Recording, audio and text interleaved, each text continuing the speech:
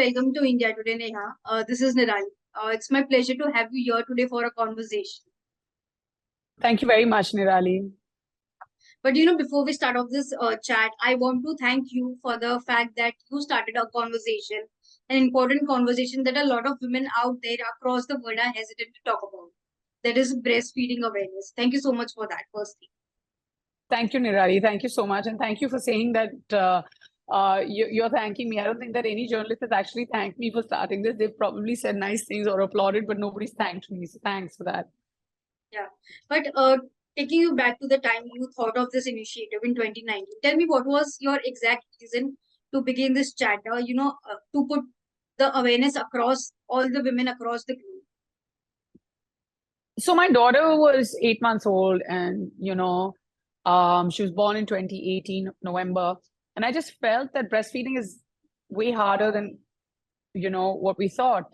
And there's a large part of us, and everybody's like, brushes it under the carpet, and everybody thinks that, oh, hey, they've had a baby, so it's great. But there's so much more to it than what actually meets the eye. The woman is going through so much. You see so many bodily changes. It's largely living in the fourth trimester.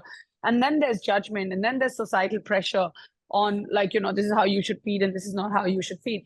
And I feel that every woman should be given a choice, whether she wants to go back to work, whether she wants to take her baby with her. There have to be more comfortable spaces made for them.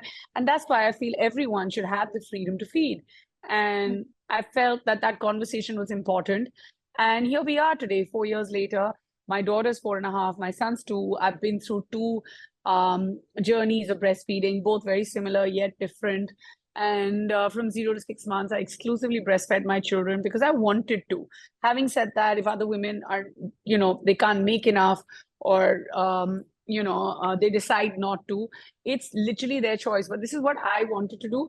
But I just realized that there was a dearth of, like, maybe basic facilities. And that's also okay, because no matter what, we'll still feed our children. But there's a lot of judgment that comes. There's a lot of cynicism also when you see a woman feeding in public, but not from like parents or new parents, because it's happening around them all the time. But we need to normalize it. And then I feel like the large conversation around freedom to feed is normalizing breastfeeding, and to be completely micro about it, not sexualizing it.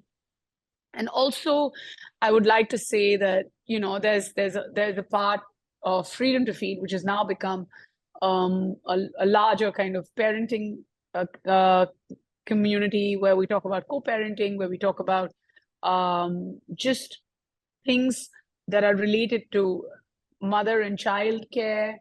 We talk about, we have experts, we have pediatricians, we have real mom stories. We have some moms who have very, very amplified voices, and really famous moms who can come together and talk about subjects that are important. That's true. But 4 years ago, when you started this initiative, what was the initial kind of response, the support that you not only got from the industry, but also from the women who are not associated with you and the common women out there? Absolutely incredible. I feel like the common women took a little more time to actually come forward and tell their stories, because anything to see light of day on social media also needs a little bit of time. Now we have a lot of real mom stories, and we love that about our page, about our community. But initially we had moms of influence, moms from the business, moms from the film industry, who came forward and shared their stories. And each story was so different, but each story was so tender and so true that, we just thought that, and literally within a week, we had almost 2,500 moms who wanted to share their stories.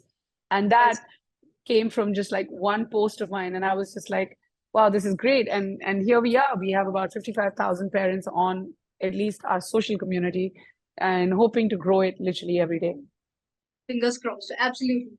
But like you mentioned, Neha, earlier, that you have embraced motherhood twice in your life. Tell me, how has that phase changed you as a person? It's made me very selfless. It's made me, I feel like sometimes my heart beats outside my body, because I only want the best for my children. And I've become, according to my friends, I live in my own world, and I've become boring. But according to myself, I feel that my time I want to dedicate to them because this is the time where they need me the most. I mean, when they get older, they probably sleep by themselves, they'll go out by themselves, their friends will become priority, and then they're going to go out. And then, they're going to have heartaches and heartbreaks, and they will never be the resolve to that. And then they'll go away and they'll go to college and then they'll get a job. But this is the time I need to be with them. And if I need to give my professional side a slight backseat, I'm fine. But this is also my professional side, what I do. I Yeah. mean, Freedom to Feed gets Mm. takes time out of me. It makes me work. Yeah, I'm interested in it. And my choices as an actor to do more film work or more OTT shows is always there. And I only want to pick and choose roles where the narrative is great and the ones that are totally worth my time or totally worth staying away from my children from. So that's a big ask. Yeah, that's true. That's true. But back in 2021, when you were blessed with Guriq, your son, you had put up a post, a breastfeeding photo of yours and your son's. Tell me, what was the initial reaction that you received? I mean, there must have been some good ones as well, but there must have been some harsh ones as well. Yeah, I mean, there are comments from men and women both. And Mm. strangely, sometimes even the women troll you. And Mm. there are men out there who, of course, come from a place of God knows what. You can't even believe that those kind of sentences exist in the world. But at the same time, they know I've been such a large advocate Mm. of breastfeeding. If you've been following me and my page, I mean, Yeah. I have seen from the first post I put up of Mehr versus the first Mm. post I put up of Guriq, even in those 3 years, I mean, the way people look at it or the mentality or the comments, I mean, they're not as, for the lack of a better word, out there as Yeah. you would imagine. Do I sit and read all the comments? No, I'm a mother of two. I genuinely don't have the time. And literally after this call, I'll probably be like, okay, phone's out, lights Mm. out, and that's it. Day's done. So I don't know, but am I allowed to speak my mind? Am I allowed to put stuff on my social that I know is not going to cause harm to anyone? Yes, I am, because I've never done that. My intention is not to hurt anyone. My intention is to when I see young people and I'm like, why are you on social media? And I've said this on multiple reality shows also that I've been on, and I'm like, one thing is, yes, you put on your reels and you look beautiful, and that's also great because it's aspirational and it gets you business. But there's another side of it where when you have more followers, what are you going to do with it? Amplify a voice, stand for what you believe Yeah. in. And here I am, I stand for this cause, and I'd like to take it forward. And it'll be wrong on my part not to. It'll be wrong on my part not to be invested in something or anything. But I know that I have 7 million followers and I can talk about it. And why not be a positive influence to your followers when you can, when you have the power and you have the choice to do it? I feel you should always be a positive influence, whether it's on social Yeah. media, whether it's for one person, whether it's a cook at home, whether it's your kids, whose ever life you can mend, matter to, change anything. That's true. But also, when we talk about motherhood, it's a beautiful feeling that any woman in this world can, go through. And that's the most beautiful phase in any woman's life. Uh, Tell me, what were the challenges? I mean, as beautiful as it sounds, but there are of course challenges that a mother goes through after delivering her baby. There's postpartum weight gain, and then you have to lose your weight. What are the challenges that you personally faced after both your pregnancies? I think your body changes, like it Yeah. changes in the strangest ways, but you Mm. need to be accepting of that. It takes a long time to get there. Apart from that, I feel that, your time is not yours. And if you're a working woman or not, you always um, weigh in on yourself and you're like, where's my time? And you question that.